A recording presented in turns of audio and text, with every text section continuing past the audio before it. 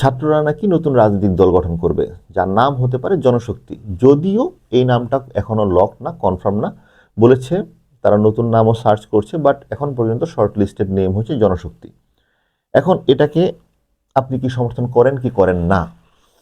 জুলাই আগস্টের অভ্যুত্থানের পর থেকেই ছাত্রদের একটা রাজনৈতিক দলের আকাঙ্ক্ষা ছিল অনেকের মাঝেই, কারণ সাধারণ মানুষের অনেকেই বিশ্বাস করে যে যদি নতুন কোনো রাজনৈতিক দল না আসে, যদি এই পুরনো রাজনৈতিক দলগুলোর মাঝেই ক্ষমতা পালাবদল হতে থাকে, তাহলে এই যে স্যাক্রিফাইস, সেই স্যাক্রিফাইসের কোনো মূল্য থাকবে না। বিকজ এই রাজনৈতিক দলগুলো আসলে পুরনো গণ্ডির ভিতরে বাংলাদেশ চালাতে থাকবে, দুর্নীতি করতে থাকবে, লুট করতে থাকবে।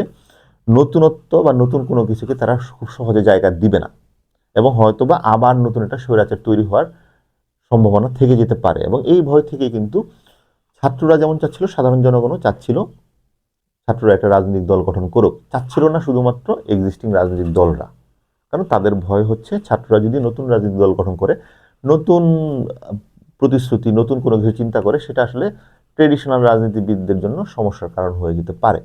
ট্রু, সত্যি। তো সেই জায়গা থেকে এতদিন পরে এসে ঘোষণা আসলো যে ছাত্ররা নতুন রাজনৈতিক দল গঠন করতে যাচ্ছে, এবং এরপর থেকেই কিন্তু বড় রাজনৈতিক দল বা বাংলাদেশের বড় বড় রাজনৈতিক দলদের ভিতরে এক ধরনের জ্বালা পড়া শুরু হয়ে গিয়েছে বুকে, গ্যাস্ট্রিকের। তারা ইনিয়ে বিনিয়ে এই ছাত্রদের রাজনীতিতে আসা বা ছাত্রদের রাজনীতিতে আসার পেছনে সরকার বা অন্তর্বর্তীকালীন সরকারের বিভিন্ন মন্তব্য বা বিভিন্ন কার্যকলাপকে নিয়ে তারা কোয়েশ্চেন তুলছে, খোঁচাখুচি করছে। এবং এটা খুব স্বাভাবিক যে ছাত্ররা যারা কিনা রাজনৈতিক দল গঠন করার কথা ভাবছে, তাদেরকে বিভিন্নভাবে কুলসিত, তাদের বিভিন্ন কার্যক্রমকে প্রশ্নবিদ্ধ করার চেষ্টা করবে, যাতে করে ছাত্রদের রাজনীতিতে আসা বা ছাত্রদের রাজনৈতিক দল তৈরি করার যে সিদ্ধান্ত, তাকে জনগণ আস্তে আস্তে ক্রিটিসাইজ করে। বাট সত্যি কথা বলতে আমিও চাই যে ছাত্ররা রাজনৈতিক দল গঠন করুক।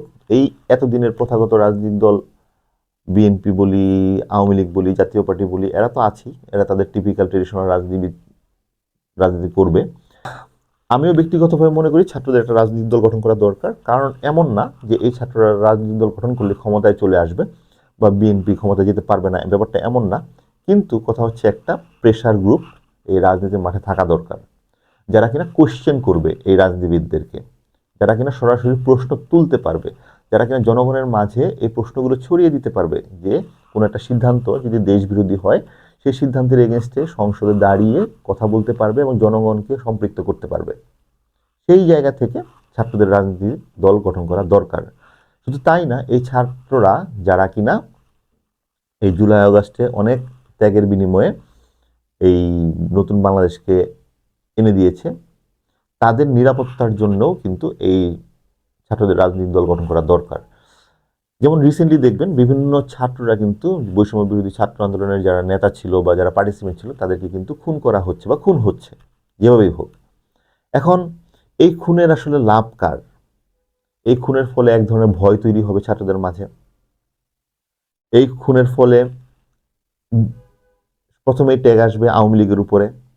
এখন কথা হচ্ছে যে সামনের দিনগুলোতে এগুলো কিন্তু আরও বাড়তে পারে। এই জন্যেই এই ছাত্রদেরকে অবশ্যই একটা পলিটিক্যাল স্ট্রাকচারে আসা উচিত। প্লাস এই ছাত্রদেরকে যদি থ্রেট করা বা রাজনীতি দল করতে না দেওয়া বা এদেরকে হত্যা করা গুপ্তচরের মতো, সেগুলো করলে আসলে লাভ কিন্তু সবারই, শুধু আওয়ামী লীগের না। আওয়ামী লীগের লাভ, বিএনপির লাভ, সকল রাজনৈতিক দলেরই লাভ। কিন্তু দোষটা ডেফিনেটলি পড়বে আওয়ামী লীগের উপরে, এবং ছাত্ররাও গিয়ে হয়তো আওয়ামী লীগের নামে বলবে যে আওয়ামী লীগ লুকিয়ে লুকিয়ে করাচ্ছে, কারণ বর্তমান সময় সেটা সহজ। কিন্তু একটা জিনিস বিশ্বাস করেন যে এই সময়ে ছাত্রদের উপর যদি এই গুপ্ত হত্যা চলে, তাহলে লাভ কিন্তু শুধু আওয়ামী লীগের না, আওয়ামী লীগের শুধু ক্ষোভ, লাভ হচ্ছে সকল রাজনৈতিক দলেরই। তো এই সব বিষয় মিলিয়ে নিরাপত্তা, আগামী দিনের বাংলাদেশ, সবকিছু মিলিয়ে বাংলাদেশে ছাত্রদের একটা রাজনৈতিক দল যদি হয়, সেটা খারাপ হবে না। একটা নতুন অপশন পাওয়া গেল, যার নাম হতে পারে জনশক্তি। আর সকল রাজনৈতিক দলের জন্য সেটা একটা বড় টেনশন। তো দেখা যাক কি হয়। ডেফিনেটলি এই জনশক্তি বলি বা নতুন রাজনৈতিক বন্দোবস্তের যেসব নেতা সামনে আসবে, তাদেরকে চারিত্রিকভাবে বিভিন্নভাবে কলঙ্কিত করার চেষ্টা করা হবে, তাদের বিভিন্ন ভূমিকাকে নিয়ে কোশ্চেন তোলার চেষ্টা করা হবে। তাদের বিভিন্ন ভূমিকা, বিভিন্ন বক্তব্য নিয়ে কোশ্চেন এবং সমালোচনা করার চেষ্টা করা হবে, এবং সমালোচনা হতেই পারে, কিন্তু সেগুলো কিছু প্ল্যান করেই হবে। কখনো মিডিয়া থেকে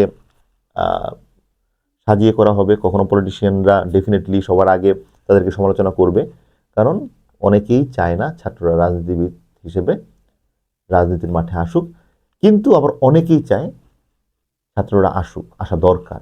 এই দেশটার যে পরিবর্তন যদি আরেকটা স্বৈরাচার তৈরি হতে দিতে না চাই আমরা, তাহলে ছাত্রদের রাজনৈতিক দল হিসেবে আত্মপ্রকাশ করা উচিত। যদিও আমরা জানি এই ছাত্রদের রাজনৈতিক দলও খুব যে বড় কিছু মানে ঘোড়ার ডিম পরিবর্তন করে ফেলবে এরকম কিছু না। তারাও হয়তো বা ঘুরে ফিরে 5 বছর পরে এই একই রকম পলিটিশিয়ানদের বৃত্তেই ঢুকে যাবে। তারপরেও থার্ড একটা অপশন দরকার, থার্ড একটা ভয়েস দরকার, যারা কিনা ভয়েস রেজ করবে আমাদের সংসদে।